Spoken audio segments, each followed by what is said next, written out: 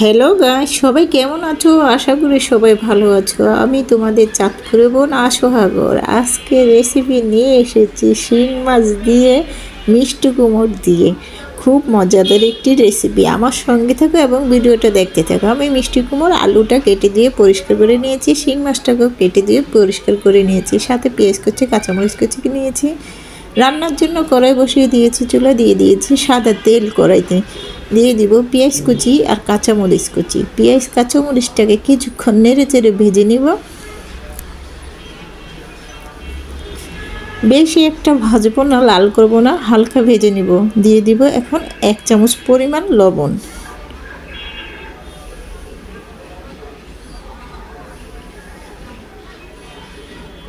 যেহেতু এখানে মিষ্টি কুমড়োর শাকের পরিমাণটা বুঝে শুনে সবাই লবণটা ব্যবহার করতে হবে। দিয়ে দিলাম 1 চামচ পরিমাণ হলুদের গুঁড়া। মিষ্টি কুমড়োতে হলুদ এবং মরিচের গুঁড়াটা একটু বেশি লাগে। আমি খাড়া করে 1 চামচ হলুদের গুঁড়া দিয়েছি, 1 চামচ মরিচের গুঁড়া দিয়েছি, 1/4 চামচে 1/2 চামচ আদা রসুন বাটা দিয়েছি। মশলাটাকে নেড়ে চেড়ে কিছুক্ষণ ভেজে নিয়েছি। এখন সামান্য পানি দিয়ে মশলাটাকে কষে নেব।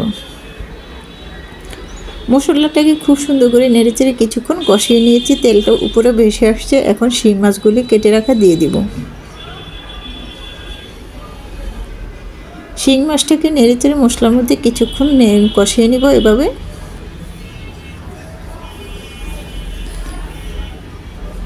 মশলার মধ্যে শিং মাছটাকে নেড়েচেড়ে নিয়েছি। এখন সামান্য পানি দিয়ে মশলাটাকে মধ্যে শিং মাছটাকে আরও কষিয়ে নেব।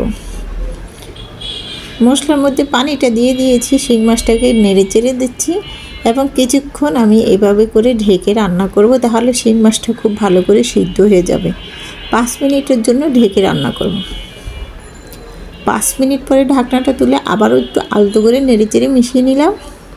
এখন শিং মাছগুলি তুলে নিব। শিং মাছগুলি খুব ভালো করে সিদ্ধ হয়ে গিয়েছে এবং মশলাটা খুব ভালো করে ঢুকে গেছে। এখন আমি সম্পূর্ণ শিং মাছগুলি তুলে নিচ্ছি একটা বাটিতে। এই কড়াইয়ের মধ্যে, এই মশলার মধ্যে আমি আলু এবং মিষ্টি কুমড়োর শাকটাকে কষিয়ে নেব। মিষ্টি কুমড়োর শাক এবং আলুটা দিয়ে দিলাম। নেড়ে চেড়ে মশলার মধ্যে কিছুক্ষণ মিশিয়ে নেব।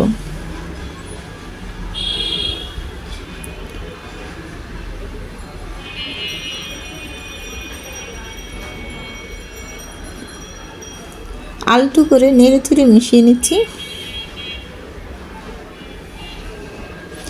এই শীতের মধ্যে মিষ্টি কুমড়ো দিয়ে এবং শিং মাছ দিয়ে খেতে খুবই মজা লাগে। একটা অন্যরকম একটা রেসিপি। খুব সহজভাবে আমি রেসিপিটা তুলে ধরেছি তোমাদের কাছে, তোমরা দেখতে পারো এবং এভাবে করে রান্না করে খেতে পারো। আমি কিছুক্ষণ ঢেকে রান্না করেছি।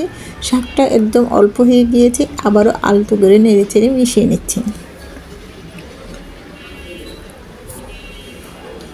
শিং মাছ, কই মাছ দিয়ে এভাবে করে মিষ্টি কুমড়োর শাক রান্না করে খাওয়া যায়, খেতে অসাধারণ লাগে।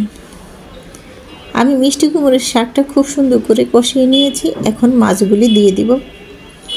কষানো মাছগুলি উপরে দিয়ে নেব।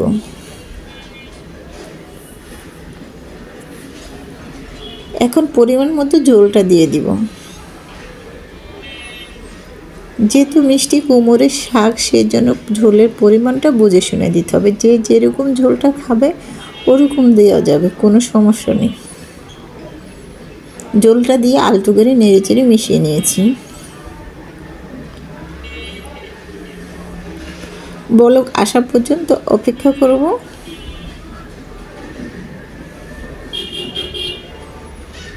আরও 5 মিনিট ঢেকে রান্না করব। বলকটা চলে আসছিল।